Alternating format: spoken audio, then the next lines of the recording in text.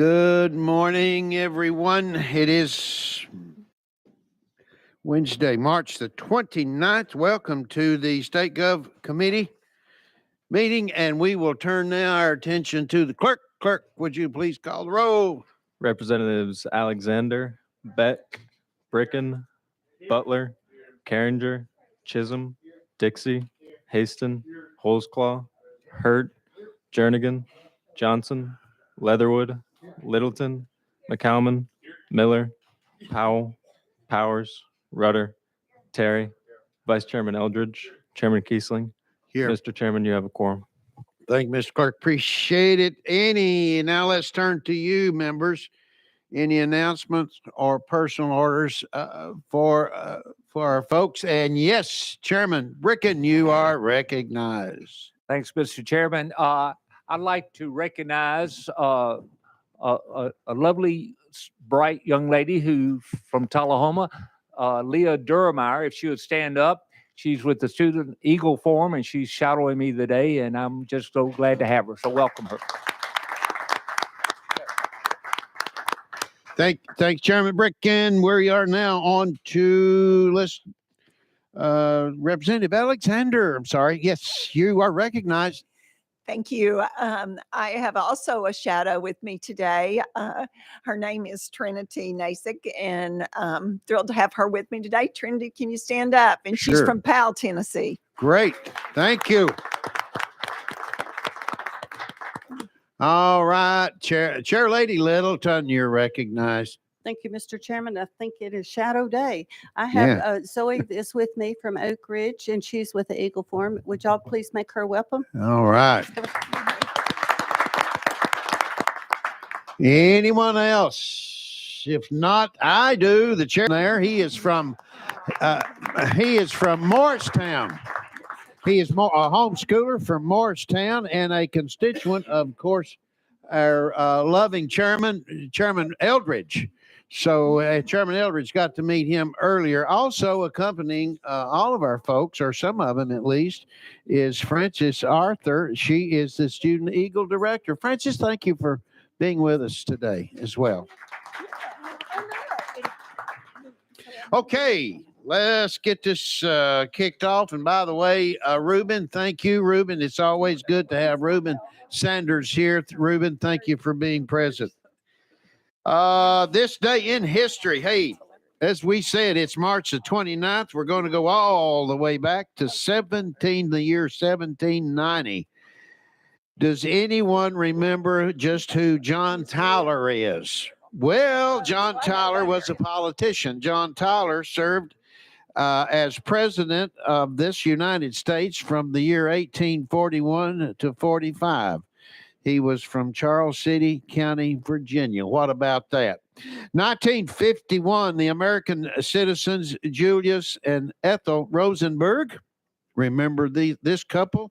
They were convicted and sentenced to death for a conspiracy to commit espionage for the Soviet Union. 1973, U.S. withdrawals from Vietnam.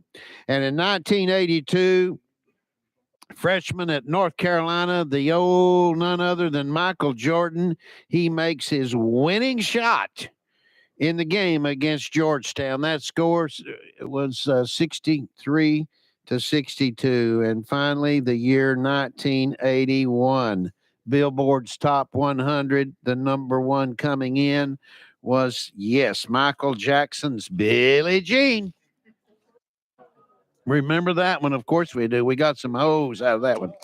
All right, let's turn our attention now to the calendar, and we're going to go to item number 1 with a Senate joint resolution by Chairman Zachary. It's good to have you with us today. You're looking great, sir. It's always good to have you with us. You are recognized, sir. Thank you, Mr. Chairman. It's good to be with you in this committee. I always enjoy the opening introduction of the committee. Members, SJR 127 simply expresses the General Assembly's support for the Americans Act, which is in front of the United States Senate today. And I think it's this week. It would reinstate the military service members who were forced out of that service because they would not take the COVID vaccine.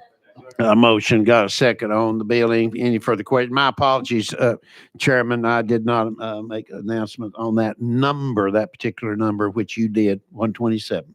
SJR 127. Any questions? I got a call for the question. That let us vote. Those in favor of SJR 127, please say aye. Those opposed, like sign. The ayes prevail. And Chairman, you're off to CNR calendar and rules. Thank you, Mr. Chairman. Yes, Committee. sir. Congratulations. Item two, House Bill 931. Representative McKenzie, good to have you back. Thank you for working. Working with us. You were very kind to do that. We do have let's get a motion in a second on this one. And we've got an amendment. And would you please give us that tracking code, sir? Brighten up that. There Sorry, you Mr. go. Chair. Thank you, Would Mr. you Chair. please repeat that for the record? It is 6620. That is correct, sir. All right. Let's need a motion in a second. Let's get this amendment on the bill. Those in favor, please say aye. Those opposed, like sign. Ayes have it. It is now on the bill. Representative McKenzie, you've got the green light. You may go, sir. Thank you, Mr. Chair. And as I said in committee, this whole sports wagering process was done by my predecessor, and I hate that he left the room. But Representative Bricken rightfully saw early on the fact that we need to make sure that this may actually be some real money, and we need to think about what we're doing with it. So what my bill does, and you've seen me before, take 2% of that and creates programming for at-risk youth in our urban and rural areas. There's a lot of similarities between those two types of kids. And so last week we talked about how we distribute the money. So that's what this amendment does. What the amendment does, I've had conversations with Department of Human Services, and they have graciously agreed to administer this fund. They are, as you all know, they're well versed in the process. I think that was the only holdup last week. So we've had some great conversations, and they're here if you want to ask them any questions. Thank you very much. Well said, sir. Any questions to the sponsor? I don't see a hand up. So we got a call for the question. Yes, we do. We got a call for the question. Let us vote. Those in favor of House Bill 931 as amended, please say aye. Those opposed, like sign. And the House bill, it prevails. House Bill 931. Thank you, Representative McKenzie. That is, you're off to Finance, Ways and Means, sir. Thank you, Mr. Chair and Thank committee. you.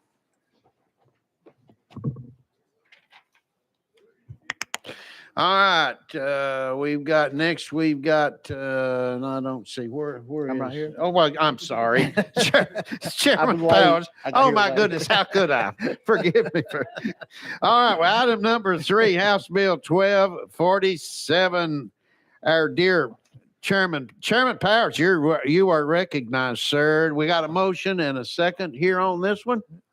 Thank you, Mr. Chairman. And there is an amendment that makes the bill. I know we got first, let's get a 6851. motion in a second. We do now.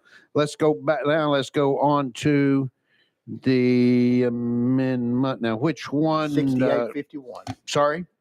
6851. All right, that is correct. 6851 is the tracking code, members. So, all right, let's get this one on the bill. Those any motion in a second on the amendment, please. We got it. Let us vote on amendment 6851. Those in favor, please say aye. Those opposed, like sign. Ayes have it. It is now on the bill. Chairman Powers, you're recognized. All right. Thank you, Mr. Chairman and committee. Explanation of the bill. The bill creates a law which states that illegal aliens cannot be housed on real property owned by state or a political subdivision of the state. The state may withhold state funds from any entity that is in violation. With the amendment, I've been working with several different groups and departments to make sure that we're not actually taking in anyone or creating a problem for them. The amendment says that it creates some exemptions to illegal aliens being housed on government property. That would be hospitalization like in a hospital. I worked with the Department of Corrections, correctional institution. I worked with special schools that have like schools for the blind or schools for deaf. So custody or guardianship and children's services, worked with DCS on that. Or a school is operated by the Department of Education, or a university that may occasionally have students visiting in different programs. So we've worked with several different departments to make sure that we're not creating a problem for them. We've also worked with the Department of Housing to make sure that if it's a Section 8 housing or a public housing, that we're only looking at the person that actually signs the agreement or the contract, that they have to be here legally. So with that, I'll be glad to take any questions. Thank you, Chairman Parrish. Appreciate that explanation. Now, we do have a request for testimony. I think it would, we're going, if there's no objections, we're going to go out of session before we begin any questioning. We're going to go out of session. We're going to ask those presenters, if they would, to please come forward to the table currently. All right, here we go.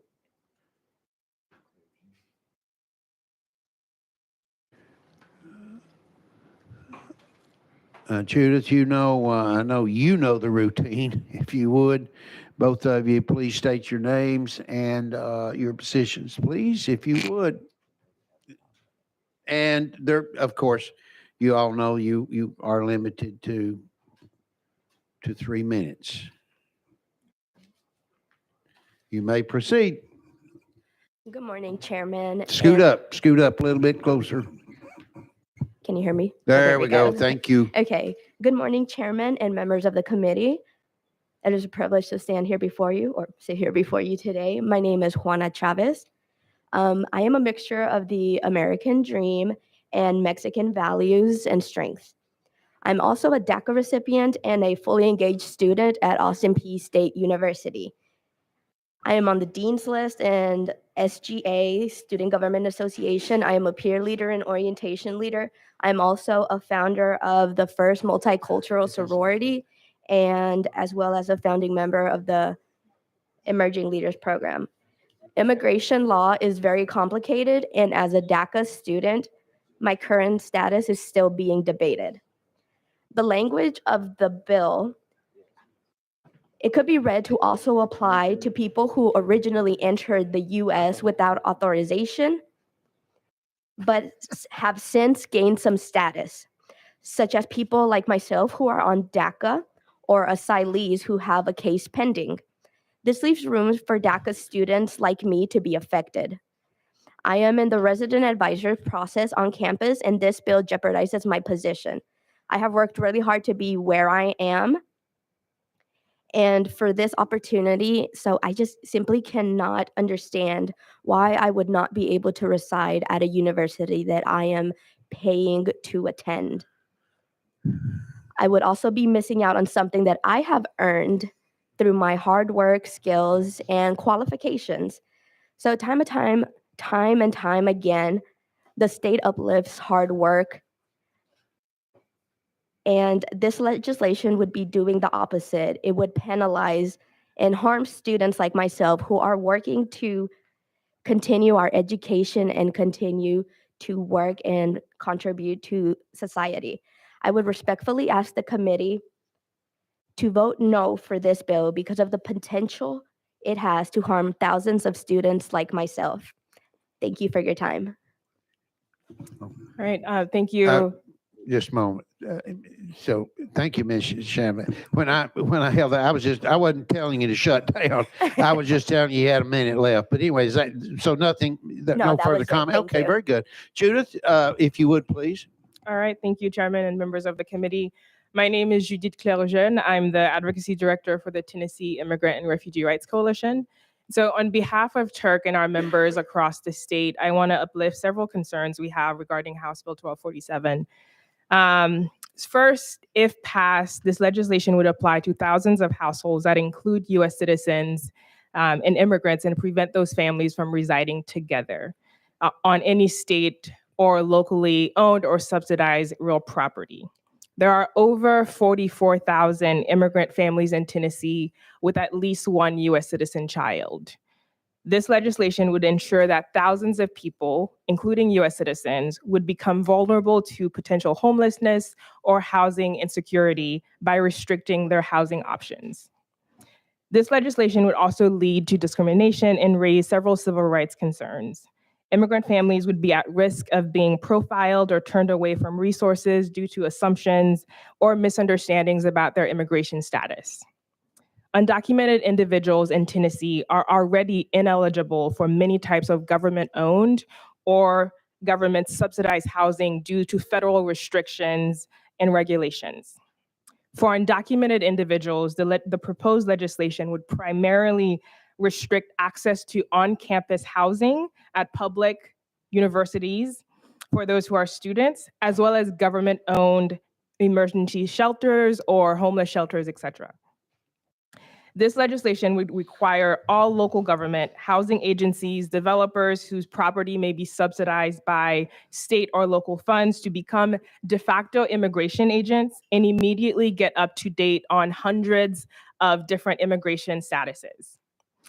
To conclude, this bill in practice would primarily serve to restrict the governing abilities of local governments by placing them at risk for losing state or federal funds, potentially restrict the ability of DACA students or other undocumented students from living on campus at public universities, and also create additional housing insecurities for thousands of mixed status families in Tennessee. So this bill stands in direct opposition to the values of family unity and opportunity that our state stands for. I'm happy to take any questions. Thank you. Thank you. Okay, very good. Any questions to Ms. Chavez or Judith? And yes, we do. Representative Powell, you're recognized. Thank you for being here. So if you could, I guess, elaborate a little bit further. If you had a family with mixed, individuals, meaning in that term, I mean mixed status. As you read this, this would prevent that entire family from even being together. Is that correct? Judith, you're recognized. Thank you, Chairman. Yes. So the vagueness of the bill and the language creates a lot of confusion for mixed status family, right? So let's say we have a parent who has a different status or is undocumented and their child is a U.S. citizen, or you have a spouse who one might be a U.S. citizen and someone else is undocumented. That family would now be in limbo and unsure if they can continue to reside in their current housing, if that is being subsidized by the state or federal funds, or even thinking through, what if a family needs to go to an emergency shelter, right, for domestic violence reasons? If that kid is a U.S. citizen and the mom is undocumented, what does that mean for that family? So there's a lot of questions and sort of confusion that still exists with the current language as is. Follow up, Representative Powell. And I guess too, when I think about things like sexual exploitation that might occur, and sex trafficking and those types of issues, this legislation would essentially prevent individuals who might be victims of that from going to city-owned or state-owned facilities to seek help. And so, in fact, this could further complicate those problems and increase or decrease our efforts that we're trying to address those issues. Would you concur with that and elaborate on that? Absolutely. Judith, you're recognized. Thank you. Absolutely. If there is a family that's seeking shelter, and now they have to worry about if they will be questioned about their immigration status, that again creates a chilling effect and would keep those people away from seeking the help that they need. Representative Powell. Got it. Okay, we are moving on to Representative Beck. You're recognized, sir. Thank you, Mr. Chair. Ms. Chavez, do you live on campus? Ms. Presently? Chavez, you're recognized. Not at the moment. That is why I went for the RA position on campus.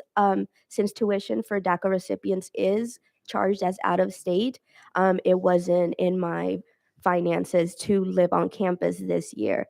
So hopefully through the RA program, I will be able to reside on campus while working.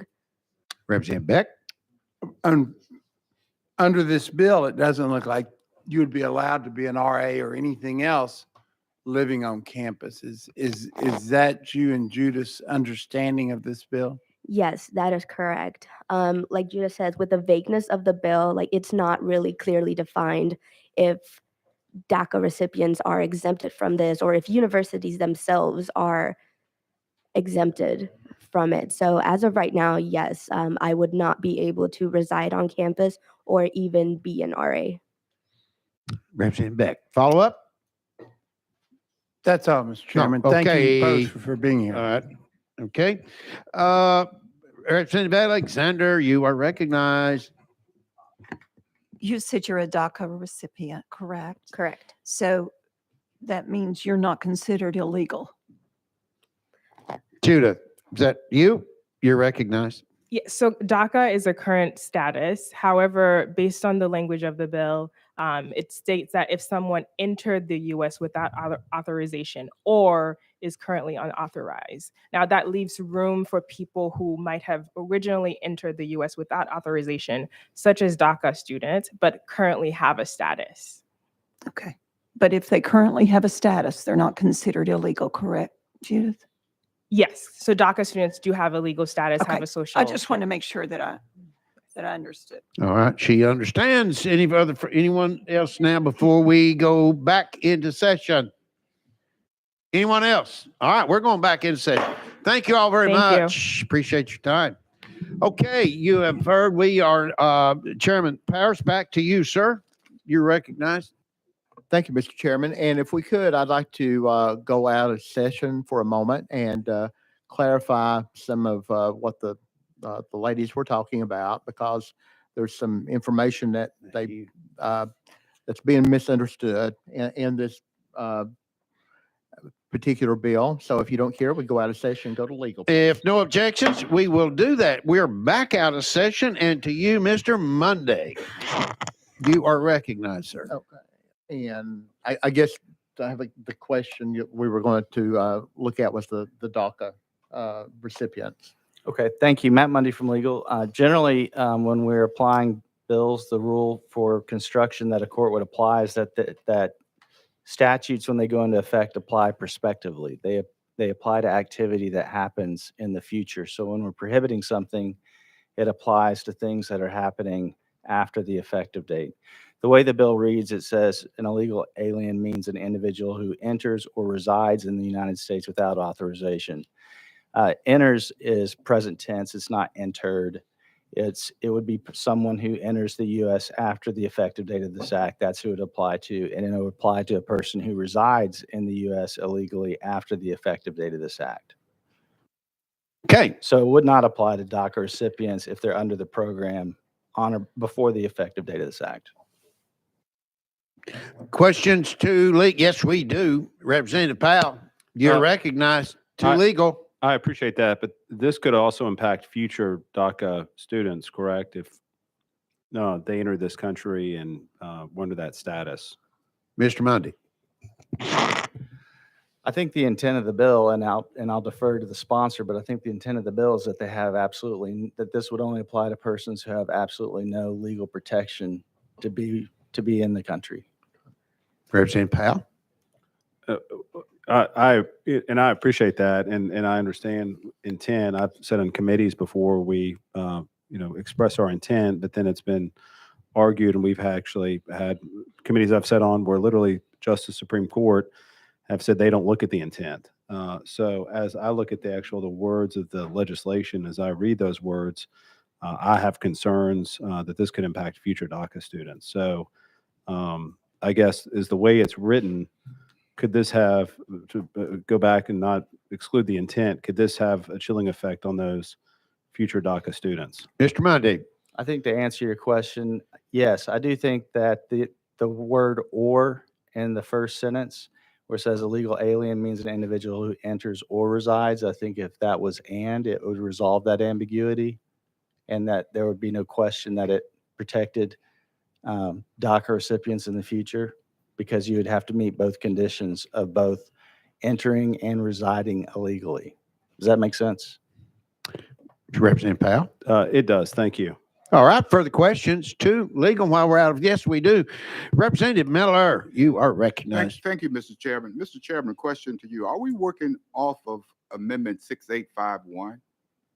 Yes, sir. Yes. We are. Now, this is to legal. We're at section 1. C, if a local governmental entity violates this section, the state shall withhold from the local governmental entities all state share revenues to which the local governmental entity is entitled, except for funding required under the Tennessee Constitution. Well, legal, could you explain what funding required under the Tennessee Constitution? Mr. Mundy. I won't list all of it because I can't off the top of my head, but as an example, education is one where the state matches local education funds. Representative Miller. Per the, Follow up. per the Constitution.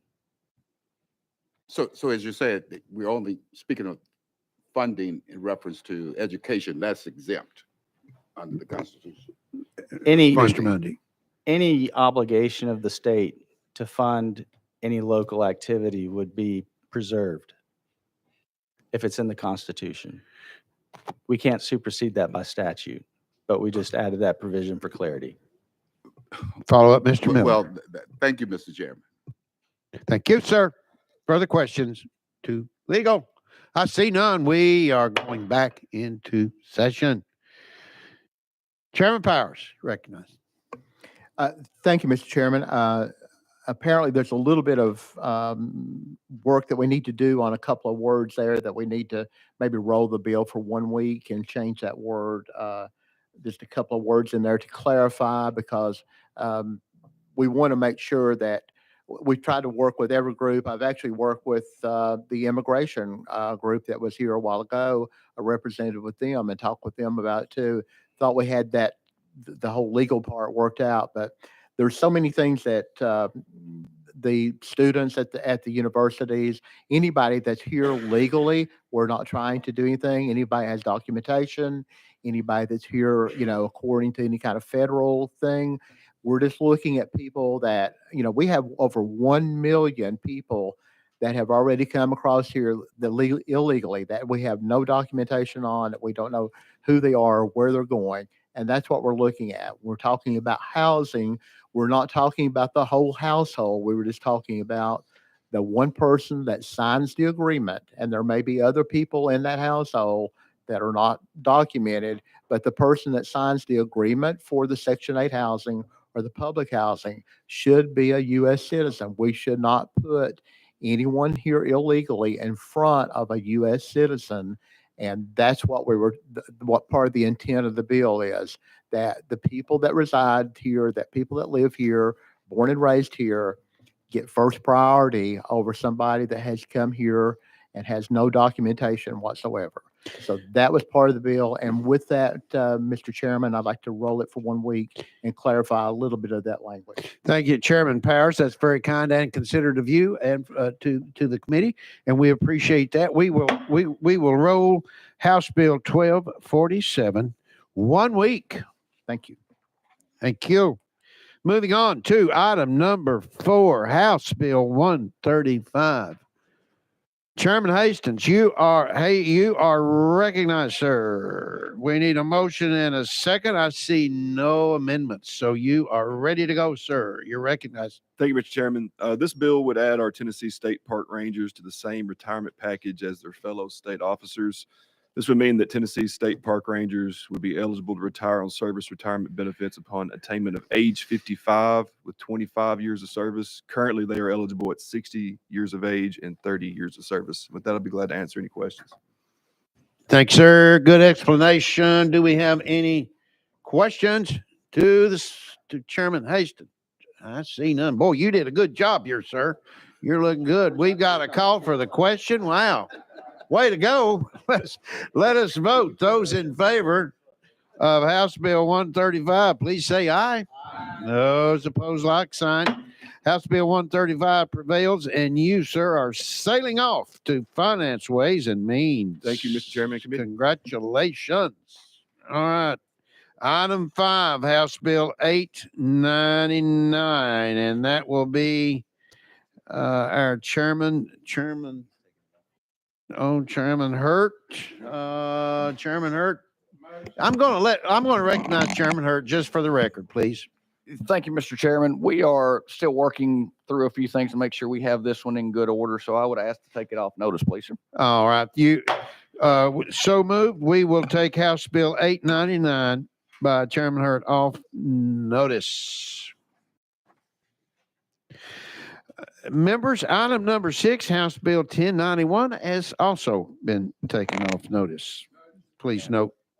I'm sorry. All right. And now moving right along, item number 7, House Bill 1484, the one, the only Chairman Halsey. Always good to have you here with us, sir. Thank We you, got a Mr. Chairman. Boy, you're they're quick to the draw for you. We got a motion and a second, and you, I see, you're rolling with an amendment here. Would you please provide us with that tracking code, That Chairman? is 5200. Bingo. You got it. All right. That is correct, members. We got a motion and a second on amendment 5200. Those in favor, please say aye.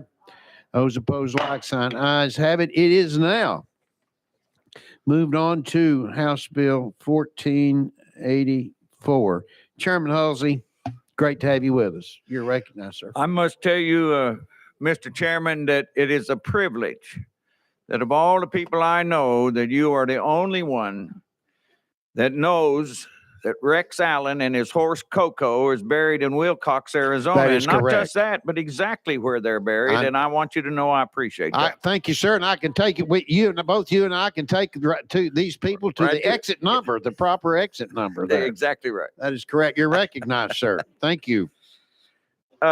This bill, county jails have to deal with this on a regular basis. Any inmate in a county jail who's got HIV/AIDS, the county jail is responsible for the medication. And now it costs about $3,500 a month per patient.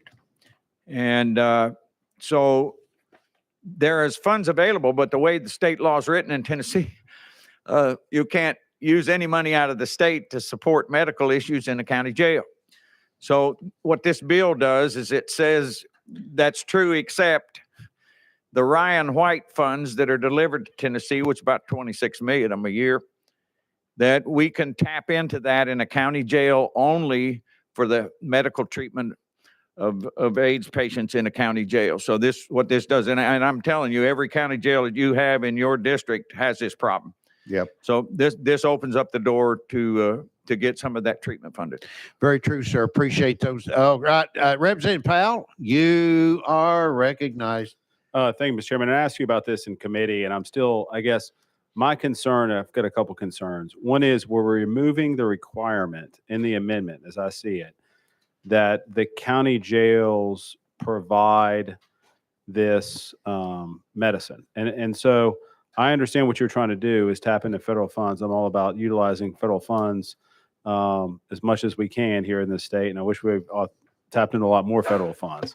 But when we remove the requirement, my concern is if we don't have sufficient funds in that Ryan White funding, which if you do the math and you extrapolate it out, there's not enough funding for that, for our county jails, let alone the community as a whole.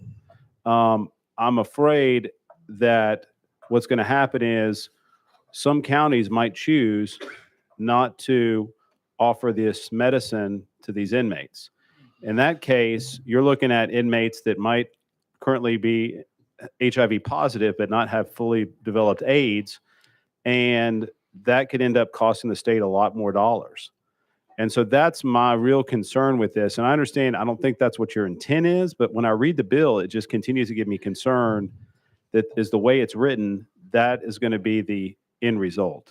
Can you address his concern, Chairman? I don't, we talked about this before, and I can't imagine a county jail refusing to treat somebody medically. I just can't imagine the suit that would follow that, because they're responsible for every medical issue in a county jail. Now, $26 million spread across 95 counties. I don't know how many total amounts per jail that would be. But yeah, you're correct about the intent of the bill. It's just to open up an avenue where you can tap into some funding that's available. Representative Powell. And I guess, Mr. Chairman, could we go to session? I just want to hear from legal if they like, and I guess I'm not trying to understand why we're saying in this bill that we're removing this requirement, but I mean, is it truly necessary to remove this requirement to then tap into these federal funds? If we could, Mr. Chairman. Of course we can. If there's no objections, we will. We will go out of session, and we are out of session. Mr. Mundy, you are recognized, sir. Thank you, Matt Mundy, for the record. Yes, I think that it is actually necessary to amend the statute because the statute is pretty comprehensive about the requirement to cover the medical expenses for medical care. And as far as the duties of the county correctional officers and the Department of Correction, their officers at the state level, there's a constitutional duty to care. I mean, you can't treat prisoners cruelly or unusually. I think withdrawing necessary care for a condition like HIV would be cruel and unusual, and I don't think that a court would allow that. Representative Powell. And I guess too, with because I had some questions from my sheriff and talking, I know he had some conversations with our Department of Health. You're the Department of Health or the facility, the correctional institution would still have to offer this service to inmates, in your opinion, even with this amendment? Mr. Mundy. Matt Mundy, for the record. Yes, I think that's correct. I think if the state assumes custody of an individual, then they assume the duty of care with that custody. Follow up. Representative Powell. One last question, I guess, for legal, and this maybe is a health-related question. I apologize if you don't have the expertise on this specific issue to answer it. But when it comes to HIV drugs, and those being considered, the possibility of those being considered elective versus required, do you see that these HIV drugs would be a require, no matter whether it's at the health department or at the correctional facility, those types of drugs would have to be offered and they couldn't be considered elective? Representative Mundy. I think what you're asking is because of the removal, if they were elective, would they be able to get around offering them because of that, because of their categorization? Is that the question? That is correct. No, and the reason I suspect that the answer is no is because they can't do that now. I mean, they're required to provide the care, and that requirement is really kind of a codification of what their duty is. I don't think that it would matter how the drug was categorized. All right. That's it. You got where, okay. Any further question? Yes, we do. Representative Beck, you're recognized too. Legal. Thank you, Mr. Monday. The way I look at this is I agree with you on the overall arching duty of care when in state custody. The problem is some sheriffs, some jails may not read it that way. And when they have a statute that says they are not responsible for that care, I believe that they're going to cling to that statute, and we're going to let some of these people's treatment fall through the cracks. And when we do that, we're going to have some very sick people on our hands.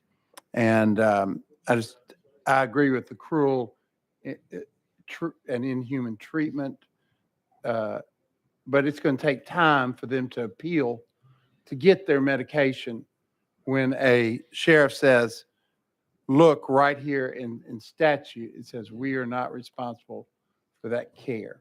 So I think it opens up a blinder for certain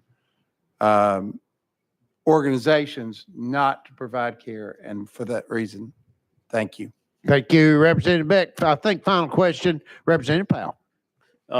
Thank you. And I appreciate the sponsor, and I know what his intent is. But I concur with my colleague here, Representative Beck, and I just would ask the sponsor, I might ask you if this bill continues to advance. I will say, Representative Powell, I'm sorry, is this Oh, to sorry. legal now? No, it's not to legal. I didn't Oh, know. I'm sorry, sir. Yeah, we're still with legal. Okay.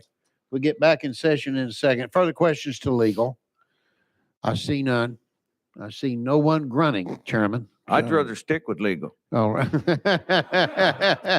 Okay. Wow. Well, I'm sorry, we can't do that. We will go back into session. Now to you, Representative Powell, to the sponsor. Great. Thank you, sponsor. And as I started to say, I'll say it again. I appreciate what your intent is, and I understand what you're trying to do. And I know you're the chairman of this committee, and you want to make sure that people have the care they need.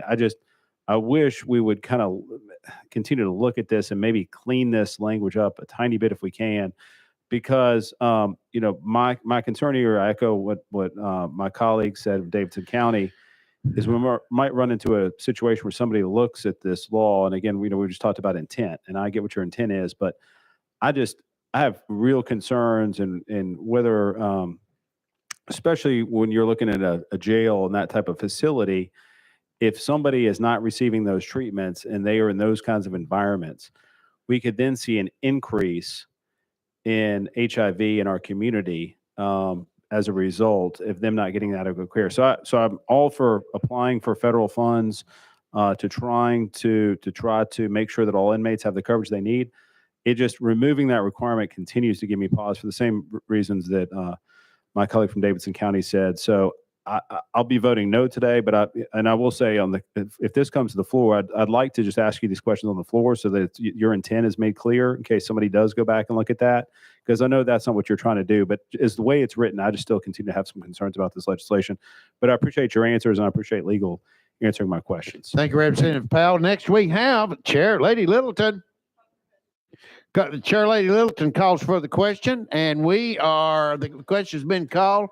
We're off to a vote. Those in favor of House Bill 1484 as amended, please say aye. Those opposed, like sign. No. Ayes have it. And Chairman, you are moving on to Finance, Ways and Means, sir.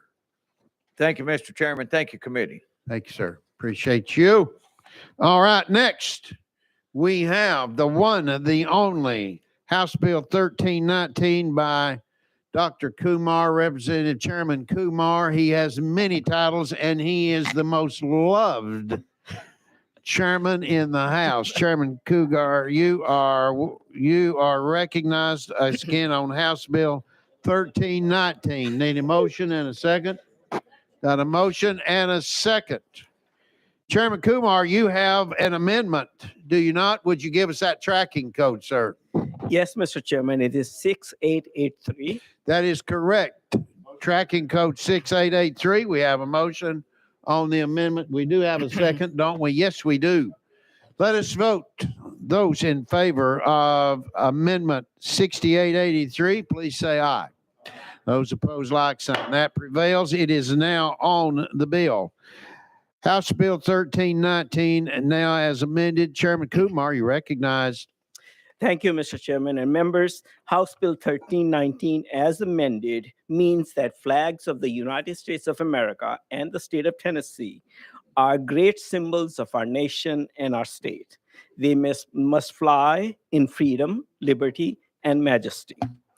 1319 says that only these two flags shall fly continuously over buildings, campuses owned by the state of Tennessee and her educational institutions. Flags of the clubs, societies, and other organizations which enjoy First Amendment protections are to be flown or displayed during the meetings and functions of those organizations. Flags of our state entities, departments, educational institutions, the official flags are exempt from this restriction.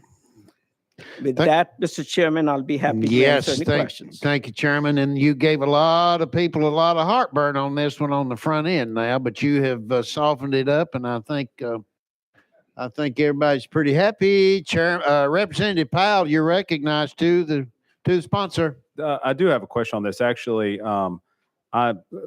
business I worked in years ago, my office looked right out at and it was personal property, but they had a flag that was in tatters and they continued to fly it. And, I called them, asked them to please change out the flag because we shouldn't be displaying a flag that's in those kinds of poor condition.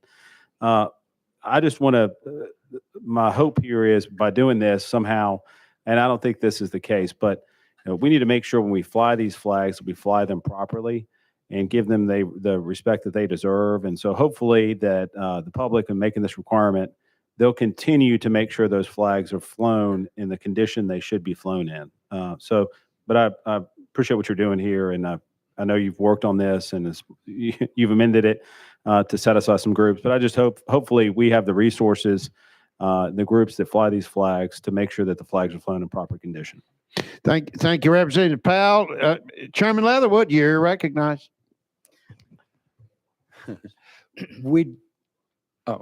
Well, okay, I'm sorry. I didn't know you wanted to follow up.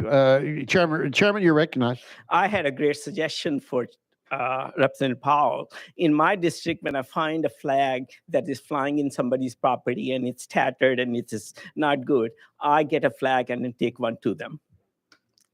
It's a great thing to do. Thank you, sir. Thank you, Representative Powell. All right, moving on to Chairman Leatherwood, you're recognized. Thank you. And this is an issue we discussed beforehand. Had some concerns with the word continuously in there, and I'm not sure if this amendment addresses that. I actually searched the code for continuously, and I don't think it's defined anywhere there. But I know with an education background, many of my family members still have that. It's quite an honor for the honor guard to go up and raise the flag in the morning in elementary and middle schools and even high schools. And it's an honor for them to go out and let the flag down at the end of the school day. So they are not flown continuously. And I think it could create a difficulty or a problem, unforeseen consequence with the word continuously in there. So have you had any thoughts since our conversation on that or addressed that? Thank you, Chairman Leatherwood. Would you want legal to intervene at this point, or do you want? Go ahead, Chairman. You may respond. Thank you, Chairman Leatherwood. Following our discussion, I have honored your concerns. So it is true in the code, there is not a definition of continuous, but I was pleased to work with legal, and we did put a definition in the amendment about what it means, the word continuously. It means that flag is flown without interruption during the normal operating hours of a public building or an educational institution to which this section applies, provided that the public entity exercising control over such public building or campus may expand their normal operating hours for purposes of flying one or more flags in accordance with the section. So it basically means during normal operating hours. So, Chairman Leatherwood, follow up. Thank you very much. That addresses my concerns, and another example of why you're one of the most loved. Amen. Amen. All right, we now let's draw our attention to Chairman Jernigan. You're recognized, sir. Chairman Jernigan. Thank you, Chairman. May I ask legal a question, please? Yes, we may. You may. We will go out of session to legal, Mr. Monday, or back to you, Chairman Jernigan. When it says it restricts the display of flags other than the United States flag and the official state flag. So, for example, at the Metro Courthouse, could they put the Metro flag below those two, or would that be prohibited? Mr. Monday. Thank you, Matt Mundy, for the record. They would be permitted to fly that flag at any time below those two flags. Okay, thank you. That's all I want to know. Thank you, Chairman Chairman Jernigan. Representative Dixie, you're, now wait a minute. We are still out of session. We're on legal. You got a question legal? Yes, he does. Yes, you're recognized, Representative Dixie. Thank you, Mr. Chairman. What's the penalty if the entity doesn't comply? Mr. Mundy.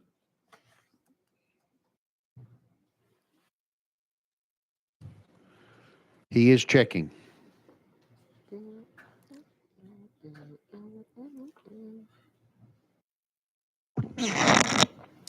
I don't believe that the bill, and I'd ask the sponsor to confirm this, I don't believe that we put any specific penalty in there. So for purposes of enforcement, if someone's out of compliance, I would suppose that the governing authority of the state or local governmental entity would step in, or you could go to a court and get a writ of mandamus or an injunction to require them to comply with the statute. Representative Dixie. Thank you. Follow up? No, thank you. No, he says no. Any further questions to legal? We're out of session to legal. None. All right. With that, we will go back into session. Back to you, Representative Dixie. To the sponsor, you have anything you'd like to address to the sponsor? You're recognized, if so. No, sir. That was my question. that No. I had. Okay. Thank you. Very good. Further questions to Chairman Kumar? I see none. We got a call for the question. Yes, we've got a nod over there, and we are ready to go to vote.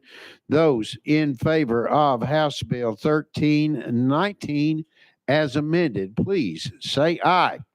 Those opposed, like sign, and I see none. 1319, it passes and it prevails, and you, sir, are headed to calendar and rules. Congratulations. Thank you, Mr. Chairman and members.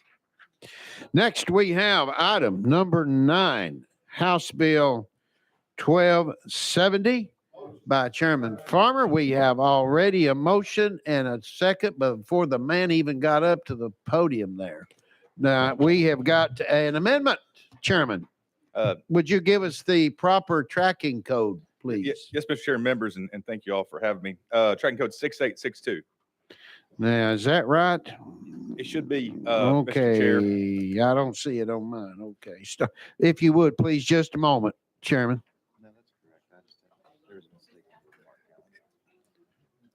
My mistake on the marked calendar. Okay, it is 6860 or 83. I'm sorry. 6862. Again, is that correct? I think that I am. Yeah, on House Bill 1270, correct? 1270. I'm so sorry. 6862. That is correct, members. We need a motion and a second on this one. Now, wait a minute. Rush is saying, no, it isn't. Let's hope we're gonna pause just a second, please. Let's make sure we get a record straight here.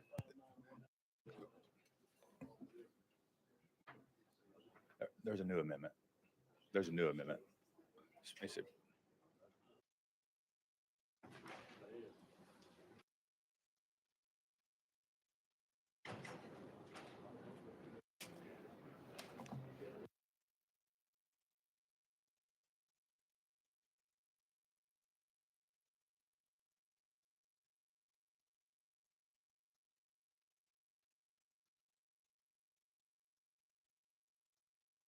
Chairman Farmer, I am very sorry. We have a typo, members. If those of you who have a marked calendar, if you'll notice, you'll see that 59, tracking code 5914 was repeated for amendment number 2. The proper tracking code is that which was stated, 6862. Please make note of that if you would. Does that correspond? Again, I'm sorry. Did that correspond with your number? Yes, Mr. Chairman. Chairman Farmer. Okay. Did we need a motion and a second? We've got one. Let's get this one on the bill. Those in favor of tracking code amendment 6862, please say aye. Those opposed, like sign. Ayes have it. It is now on the bill. Chairman Farmer, you're recognized, sir. And thank you, Mr. Chair. And members, just want to let you all know that the difference between the amendment I put on in the subcommittee and the full committee just removes 5 words under section 2, subsection 6. under contract with a governmental entity. This is we've got an agreement. This is regards to the community corrections program. Judges use these community corrections for probation purposes across the state. This is codifies current practices, and we worked with the Department of Corrections, so I don't think anybody's opposed to this, and it's a good thing, and community corrections program is good. We just need to preserve what we've got left of across the state. Very good. Thank you for that explanation. Any questions to the chairman? Yes, we do. Representative Dixie, you're recognized. Chairman Farmer, I noticed like in the last couple of years, there have been a push to kind of go away from community corrections. Why are we preserving to or want to keep this particular part of the corrections open or involved? Because I know we've had some bills over the last 2 years to decrease the dependency on community corrections. Chairman Farmer. And I think it was not the will, nor have I seen bills from the Tennessee General Assembly decreasing the community corrections program. What happened was we were working towards an agreement with administration. And over the summer, they did a request for bid and put out guidelines where a lot of our corrections programs couldn't meet, and therefore they defunded a lot of our community corrections program. Community corrections program is a good program because it's an alternative to probation, state probation. Community corrections program would allow folks to have been on probation for longer periods of time, would help decrease our jail population. So what I'm trying to do is, with the will of this body, is preserve, which we thought we were doing, but we kind of got usurped by the administration over the summer. We're trying to preserve what's in place with regards, what's left in place with regards to our community corrections programs. I'm not aware of any legislation that's proposed through this body that would have tried to take away from our community corrections programs. Follow up, Representative Dixie. So it will still go back to having like a bid process and then have retirement site for not retirement requirements for the length of the contracts, or does this bill not address that? Chairman. No, this bill doesn't address any sort of bid processes or how anything's funded. All this says is, look, what we're currently doing in the jurisdictions that still currently have the community corrections programs, we're going to allow them to stay in place and continue to use that alternative form of probation for our defendants. Representative. Thank you. Got it. He's good. All right. Anyone else? Any other questions? Chairman Farmer, we've got a call for the question. Thank you for that. Let us vote. Those in favor of House Bill 1270 as amended, please say aye. Those opposed, like sign. Ayes have it. And this one is stay put now. This one is going to calendar and rules, Chairman. Moving on to item number 10, House Bill 1365. And yes, we got a motion and a second. And Chairman, this one also has an amendment. Would you give us the tracking code, sir? 6156, Mr. Chair. That corresponds. That is correct. Need a motion and a second. All right, you got it. We got a motion and a second on amendment 6156. Let's get it on the bill. Those in favor, please say aye.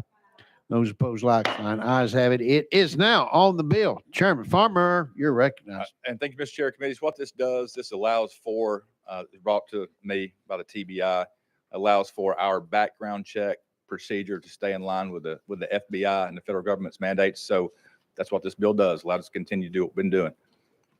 Thank you, sir. Any questions? Got a call for the question. We're off to the race here. All right.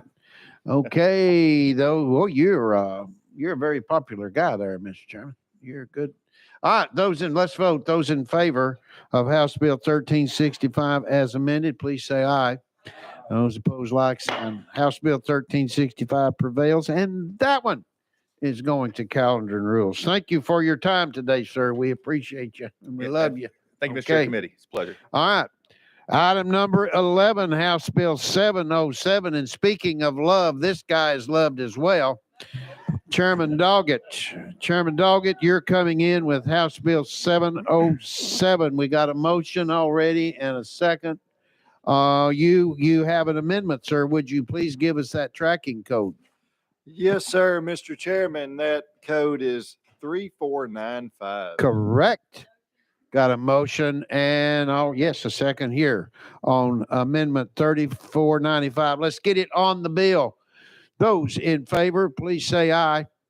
Those opposed, like sign. Ayes have it. It is now on the bill, and we are ready to hear you, sir. You are now recognized on House Bill 707 as amended. Well, thank you, sir. And I just want to say I like that coat and tie that you're wearing there. Kind of similar, you know. He's a great role model, especially one on how to dress. Oh, I tell you're you, when so I grow kind. up, I want to be like Kelly Keesley. Am I blushing? Am I blushing? You are recognized, sir. Well, thank you so much, sir. Members, have a deep love and respect for law enforcement, our law enforcement community, as so many of us do. You know, we've seen law enforcement has been faced with many challenges over the last several years, from all types of different things that have been presented towards law enforcement. But one of the biggest issues that we're finding is the recruitment and retention of officers. And so what I've been attempting to do, what we have been attempting to do over the last 2 years is find creative ways that we can help bring new people into the profession of law enforcement, but also keep those that have the knowledge there in law enforcement. We've made several attempts at this, looking at retirement specifically. We've made an attempt with this amendment. Unfortunately, it does have a large cost, and even though there are portions of this that are permissive to the locals, we want a little bit more time to do some work. And so, Mr. Chairman, committee, with your permission and indulgence, I'd like to roll this to the first calendar of 2024. Okay. He is, motion by the chair has been asked to be rolled to first calendar of 2024. However, Representative Paladin, would you were recognized? Thank you, Mr. Chairman. I just had one question. I appreciate you rolling this, and I think there's something we need to work on. Are there other groups that receive these benefits? And I guess would this separate them out? I know because we continue to add benefits on for public service employees, but like what other groups might there be that this would kind of separate them from?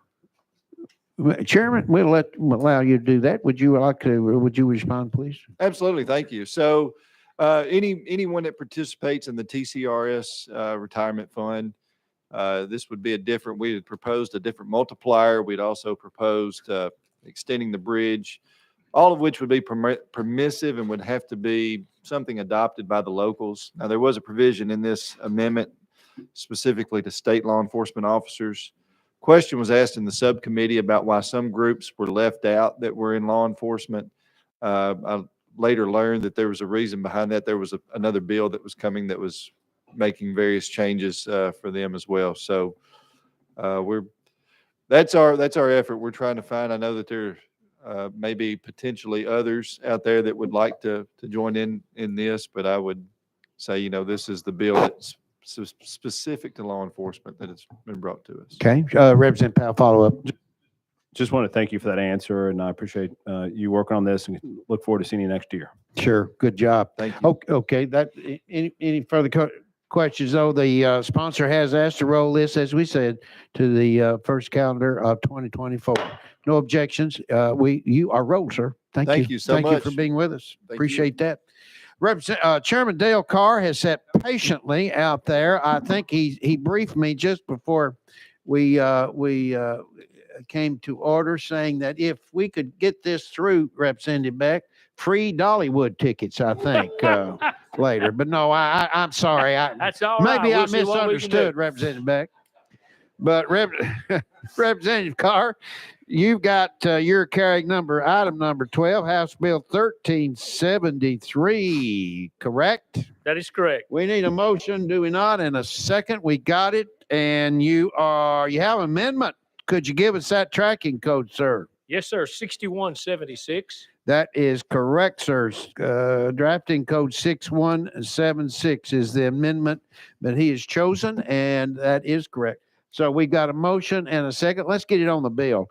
Those in favor of Amendment 6176, please say aye. Those opposed, like sign. Ayes have it. It is now on House Bill 1373. Good to have you with us, Chair. Thank Chairman. you, Mr. Appreciate Chairman. Basically, what this bill does is for our J1 workers and H4 workers, just make sure that when they come in, they are of legal status, and that would give the ABC the ability to give them the 5-year permit if they're 18 years or older, and it's probably just to carry the drink from the bar area to the table, and that's all that this bill does. That sounds pretty simple. Those any questions to the sponsor? Wow, you scored we already got a call for the question, Thank so we're going to vote on House Bill 1373 as amended. Those in favor, please say aye. Those opposed, like sign. The ayes prevail, and House Bill 1373, Chairman, is going to Finance, Ways and Means, sir. Thank you, Chairman. Committee. Thank you for waiting patiently out there. Now, all right. And speaking of another one who's waited patiently is Representative Shaw with item number 13, House Bill 1517. You've already got a motion and a second. Representative Shaw, you've got also an amendment. Give us that tracking code that you want on there. You get your mic on. I'm sorry. There you go. Thank you, Mr. Chairman. Yes. Members, it's Amendment 5700. We are withdrawing Amendment 006728 and just going with Amendment 5700. That He's- makes the bill. All right. Tracking code 5700 makes the bill, he says, and we did have a motion and a second, did we not, on this one? We got a motion and a second on Amendment 5700. Let's vote. Those in favor, please say aye. Those opposed, like sign. Ayes have it. It is now Representative Shaw on your bill, House Bill 1517. You're recognized, sir. Thank you, sir. This is very simple. It allows the Mega Site Authority to distribute pilot money to either local government or the Industrial Development Corporation. Very good. That's You've all it heard an does. explanation, members. Any questions to the sponsor? I see no hands being raised. I did hear a call for the question. Let us vote. Let us vote on House Bill 1517 as amended. Those in favor, please say aye. Those opposed, like sign. The ayes have it. And yep, you're going to, whoa, wait a minute here. Okay, I'm sorry, my notes. Representative Shaw, you're going civil justice, sir. Civil This justice? one is, yeah. All right. Thank you. Yes, sir. Thank you, sir. Appreciate it. Item number 14, House Bill 1230. Okay, heads up, y'all. This one is being rolled for 1 week. 1 week. Next we have, okay. I've got to make that, okay. Item number 15, House Bill 771 by our own Chairman Holtzclaw. You are recognized. No amendments, sir. And we got a motion and a second. You're recognized, Chairman. Thank you, Chairman. And HB 771 just simply asks the governor to request the Secretary of State to redesign our state seal to include the words "In God We Trust" on it. And that's what the bill does. All right. Any questions to "In God We Trust" on our state seal regarding? Yes, we do. Representative Powell, is that yes? He's got a request. Just one question. Basically, all they do is redesign, nothing else in the symbol is going to change. They would just add those words. Yes, and the governor will actually, then the secretary will design it, then it'll come back to us to vote on. So we'll still have the say so in it once it's done. But yeah, it's just primarily at the bottom on the stars of just saying "God We Trust" on it. All right, thank you. Okay, very good. Further questions to the sponsor? All right, see none. Got a call for the question. Thank you. Let us vote on House Bill 771. Those in favor, please say aye. Those opposed, like sign. The ayes have it, and you are headed, Chairman, to calendar and rules, sir. Yes, you are. Okay.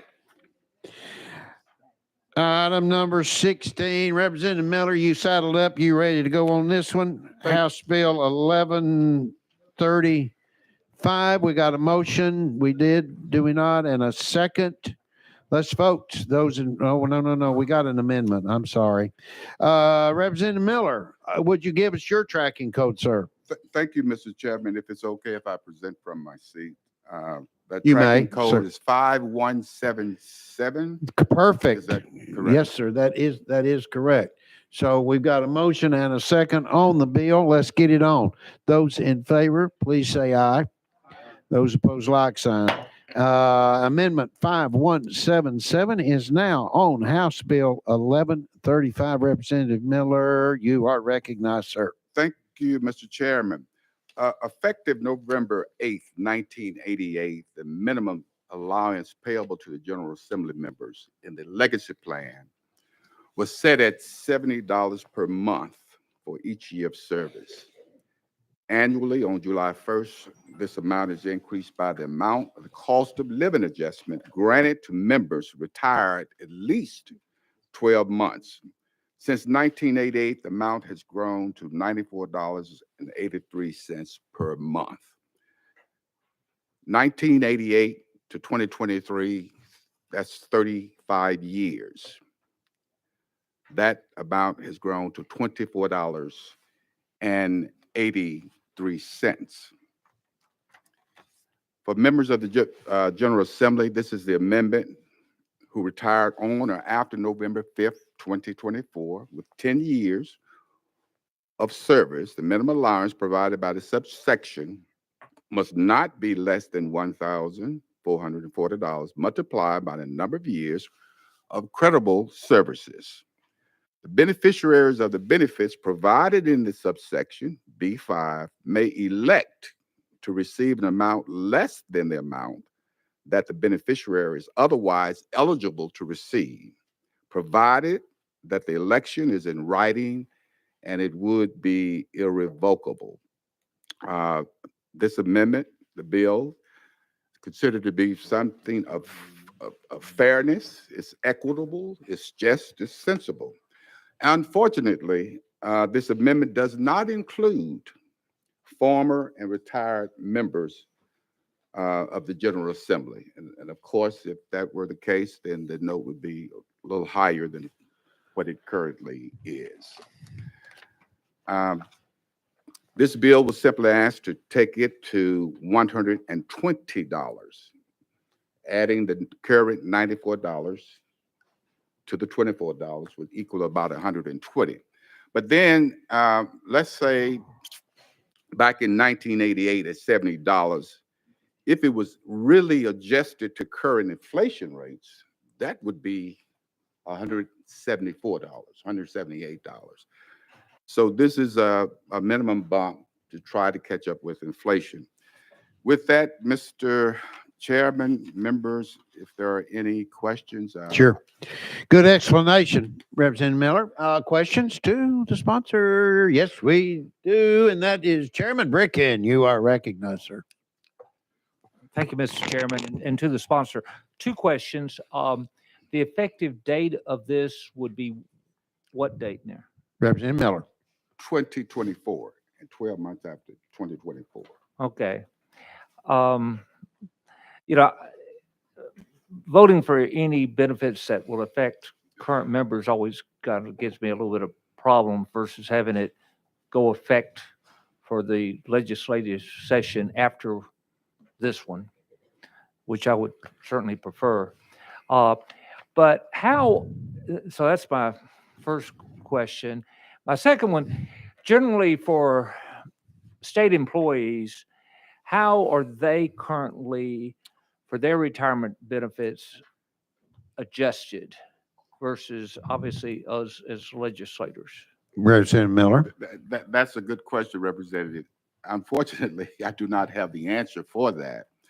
I should have probably had someone from the Treasurer's Department to speak for a question such as that. So legal may be able to answer that. We'll be glad to go out. Let's do that. Let's go out of session and we'll turn our attention to Legal, Mr. Monday. Thank you, Matt You're Mundy.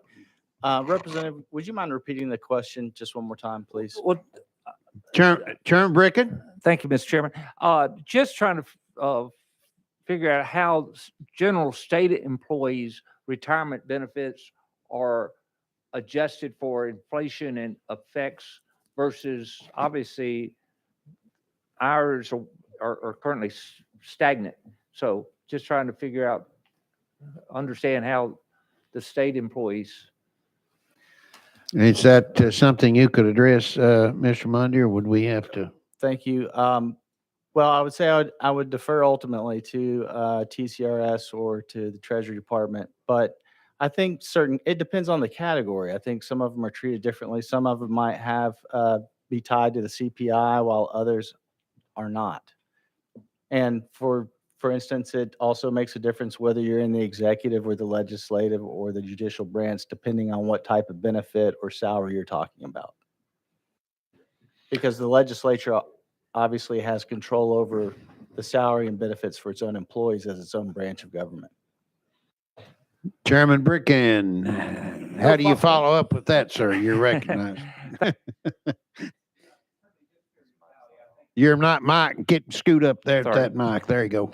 I appreciate that. I just, obviously, I would like to understand how those work but I'll do that after committee and get our treasurer and talk to them. So thank you. Well, thank you, Chairman Bricken. Any, yes, we do. Speaker Johnson, to legal, you are recognized, sir. No, I'm sorry, Mr. Chairman. After we go out back into Okay. session. Any further questions to legal while we're out of session? I see none. All right, let's get back into session. Speaker Johnson, you're recognized. Thank you, Mr. Chairman. Representative Miller, did this go before pensions and insurance? Representative Miller. Thank you, Mr. Chairman. Actually, it And did if go. so, if so, what? It went before pensions, Council on Pensions, and it was interesting. Once I made the presentation, Senator Bo Watson entertained a motion for a negative recommendation, but he did get a second. He did or did not? He did not get a second. He did not. So I guess at that point, all of us was kind of looking for a second with me, because first time I've actually gone before that committee, and I'd heard that 9 out of 10 times it's a negative recommendation. However, he didn't get a second, but then he asked if there were another motion. And in fact, Senator Page-Wally motioned for a positive recommendation, and he didn't get a second. So that left pretty much the committee is with what do we do from this point? And immediately Senator Watson said, well, that's a negative. And that's how we left it, you know. And of course, members were thinking, wait a minute, how is that a negative and not a neutral or no recommendation? So that's exactly what happened in that particular. Well, I want to go back to Speaker Johnson. Now, what do you say, Speaker? I'm confused, Mr. Chairman. Thank you. Second. Right. Let me, where are we? Are we still out of session? Are we back? Huh? We're back in session. Let me, Representative Miller, wow, do you think we need to roll this a week to see if we can get TCRS or someone down here? I don't know. Mr. Chairman, I'm going to leave that up to you. Well, I'm at the wheel of the chair. Question on the bill. We've got a call for the question on the bill now suddenly, so we're going to have to move. We have to. There's no, that's not debatable. So anyway, here we go. We're going to vote. We're going to vote on House Bill 771. No, I'm sorry. Excuse me. House Bill 1135 as amended. Those in favor, please say aye. Aye. Those opposed, like sign. Ayes have it. That prevails. We're moving on to Finance, Ways, and Means. Congratulations, Representative Miller. Now let's keep our watch, we've got the time's a ticking here. We've got time, I think. Item number 17 has been rolled 1 week. 1 week. And that is House Bill 1072. House Bill 1072. Item number 18, House Bill 1322. No amendments. And here we have Representative Butler on his way up to the pulpit. So you are recognized, sir. We got a motion and a second. Thank you, committee and chairman. You guys are going to love this bill because I'm sure you've gotten a phone call wanting to sell you an extended warranty on your car. If you have not, just stand by. You're going to get one. So what this bill does is it works with the Open Records Council and the Department of Safety, or Department of Safety and Department of Revenue to coordinate and train or track bulk information requests from those entities. So if you go buy a car and they are retrieving this data from the clerk's office or so forth, that is why you're getting all these calls. So what this does is it lets us monitor that to see who's requesting all this bulk information. And I don't know that you're going to put a stop to all your requests for wanting to extend your warranty, but hopefully it will curtail it. And so with that, I will renew my So motion. that is an explanation, and I know Chairman Eldridge is a car guy. Do you have any questions, Chairman Eldridge, on this one? You're recognized. I actually don't, and I'm glad you're bringing that. I was interested to find out that I could get an extended warranty on a 51 Studebaker. So they hung up immediately. But thank you. All right, you want to? If I you're may, recognized, the last time they thank you, Chairman. The last time they called me, I told them I had a 1921, so they quickly hung up. With that, I'll renew my motion. Further questions to the sponsor? No, we got a call for the question. Great, thank you for that. Let us vote on House Bill 1322. Those in favor, please say aye. Those opposed, like sign. The ayes have it. Thank you, committee. And yes, sir. Congratulations. That is, by the way, Representative Butler, you're off to Finance, Ways and Means. So, all right. Boy, didn't that work out just about right? Okay, there are no further items on our calendar. Do I have a motion to adjourn? Got it. Got a second. We are adjourned.